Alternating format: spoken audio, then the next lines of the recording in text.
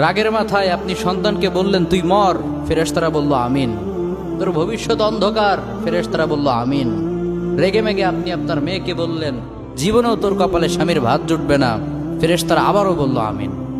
আচ্ছা, আপনি না সেই ব্যক্তি যে তার নিজের জীবনের চাইতেও সন্তানকে বেশি ভালোবাসেন?